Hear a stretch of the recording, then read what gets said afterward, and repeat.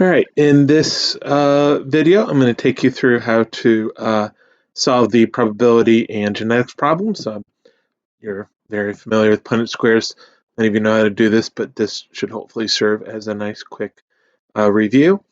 First of all, you will notice if you have your formula sheet that there are two laws of probability. I've highlighted them there on the left side of the first page, so you can see them there. I don't know if you'll ever need to refer to these. They're, again, fairly basic math that you've probably covered before, but we do need to go over them. So you'll see that there's two laws. The formal names are mutually exclusive and independent, meaning are the outcomes independent of each other, or are they mutually exclusive? I always like to think of them as the or and rule. So mutually exclusive, I would put as the or rule, and the independent law I would call the and rule. What do I mean by that? Um, if you need to know the probability of two events occurring independently, I need event A. What is the probability that event A and event B will occur? Then I would use the and law, and you will see here with the and law, that means we will multiply the two probabilities together. So you determine the probability of each event, and then you multiply them together. On the or rule, then you would need, it's mutually exclusive. I can have either A or B. So what's the probability that A will happen or B? And when that kind of scenario arises, you'll see that we would add the two probabilities. So I'm going to do a quick little example, very simple thing that I'm sure most of you have done is we're throwing dice. Suppose we're playing Monopoly and we have two dice that we're throwing. And so you've landed on the first go around the board on Park Place. Yay. Now, what is the probability that you would land on Boardwalk? If you know the Monopoly board, Boardwalk is 2 steps away. So what's the probability of rolling a 2 when throwing 2 die? Okay, so what do I need to do to get a 2 when throwing 2 dice? Okay, well, I need a 1 on the first die, and I need a 1 on the second die. So what's the probability of that? Well, since there's 6 sides to the die, the probability of getting the 1 is 1/6, and the probability of getting a 1 on the other die is also 1/6. So in order to get the 2, I need both of them, the two independent events to occur. So I need a 1 and a 1. This is called snake eyes. So what do I do to the two probabilities? I multiply them together, and that means the probability of getting snake eyes is 1 out of 36.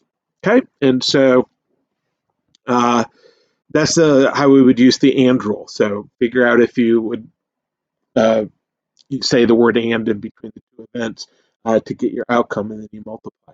So where does the mutually exclusive or the or rule come in? Well, using the Monopoly game, if you go into jail, you just need to roll doubles to get out.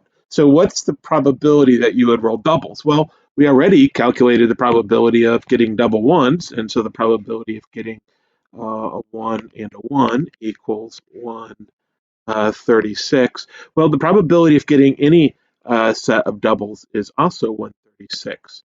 So getting a 2 and a 2 would be the same, a 3 and a 3 would be the same, and so forth, okay? And so what do I need to get out of jail? It's mutually exclusive. I don't need all of them. I just need one of them. I need 2 1s, 2 2s, 2 3s, 2 4s, 2 5s, or 2 6s. And so how do I get that probability?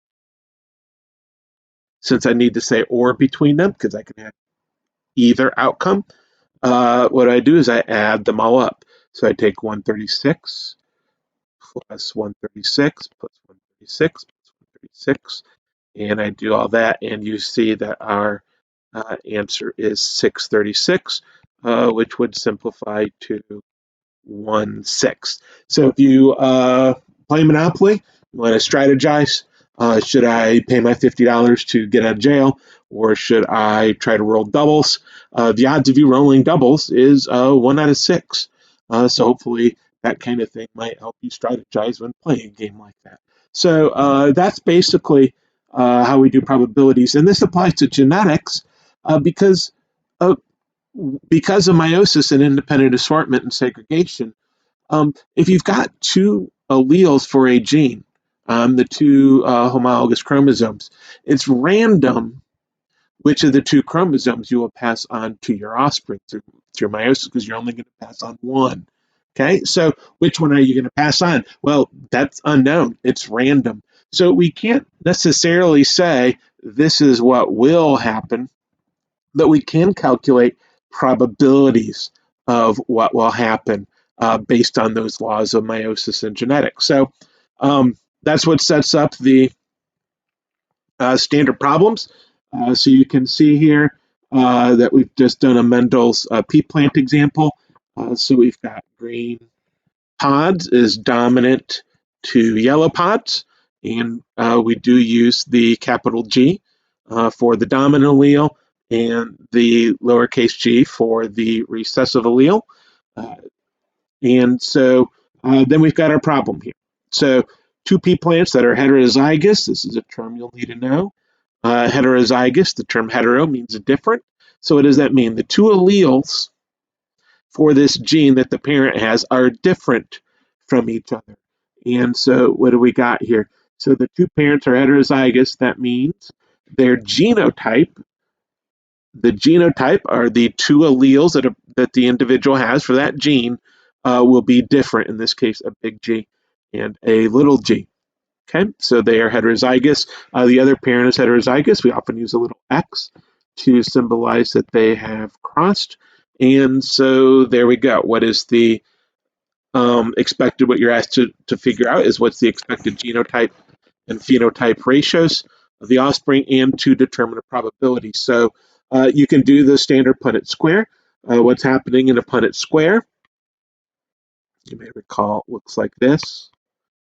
Just to clarify, may have been a little while since you've done this, what goes on the outside of the Punnett squares are the possible alleles that would be in each sex cell for a parent.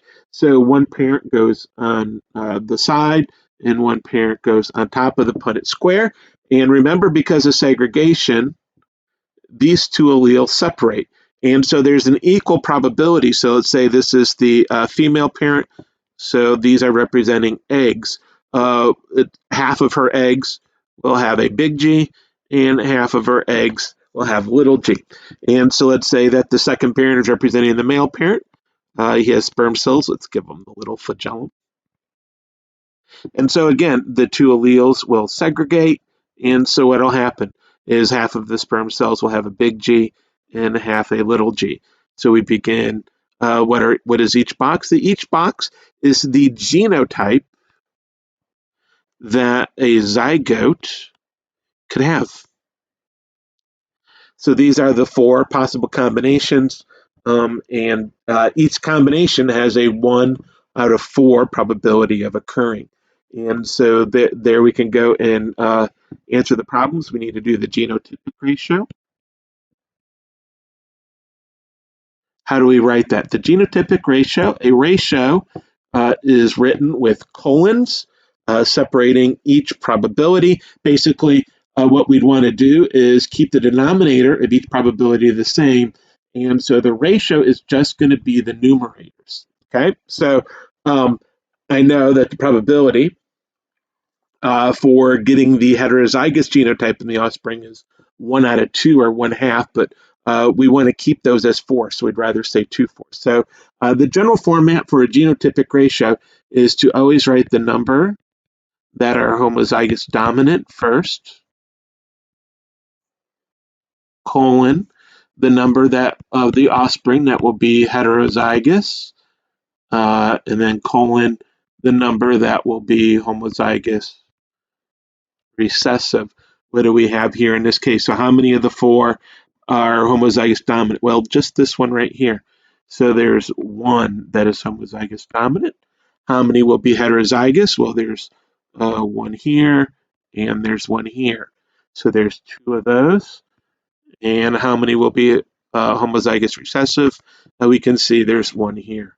So my genotypic ratio for this cross is 1 to 2 to 1. Okay, you're also asked for the phenotypic ratio. The phenotype, if you recall, is the trait or characteristic. Okay, so what's going on here? You can get the same phenotype from more than one genotype. Okay, so if I look at the phenotype of the homozygous dominant one right here that I put the line through, we will notice that it has going to be green. And what's this one going to be? Well, it's also going to be green. This one will be green, and this one will be yellow. Okay, so what's my phenotypic ratio? The standard format is to list those that are dominant, that have the dominant phenotype, followed by those that have a number of those that have the recessive. So what is my outcome here? I have 3 that will be green, and I will have 1 that will be yellow. So notice I didn't label the numbers in the ratio because I followed the traditional format that is acceptable. If you're not sure, you could always write the label. So down here, I could write, if I'm not clear on what the order should be, I can write 3 green, 2, 1 yellow. That way, if you're doing a genetics problem on like the AP test, you can make sure that you got them in the right order and don't get it wrong simply because you confused the order. So it's always acceptable to label the numbers. Okay, so one last thing, you are asked to determine the probability that an individual seed from that cross will be homozygous recessive. What does it mean to be homozygous recessive? Well, homozygous, homo is the prefix for same. So homozygous always means that the allele is the same. The 2 alleles you inherited from each parent are the same as each other. And in this case, because there's 2 alleles, there's 2 ways to be homozygous. This one I'm asking you for is recessive, meaning that both alleles are the recessive allele. Recognize that you could also have both alleles be the same and be dominant. So that would be called homozygous dominant. The homozygous dominant is right there, the big G, and the homozygous recessive is right here. So how do we write probabilities? We generally write the probabilities as fractions. You can also use percents. Don't use the colon. The colon is reserved for ratios. Okay, so I see a lot of students screw this up when you're asked for probabilities. Just use a fraction. 1 out of the 4 boxes gives me yellow, and that's 1 out of 4. So I'd simply write 1/4. That's actually the preferred way, is to keep it as a fraction.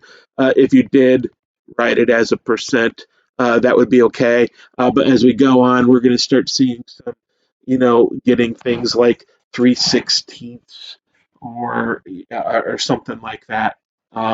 And so that gets kind of hard on doing the percent. So we generally prefer to leave it as a fraction. So hopefully this will help catch you up on how we do the genetic problems. If you have any questions, let me know. Bye.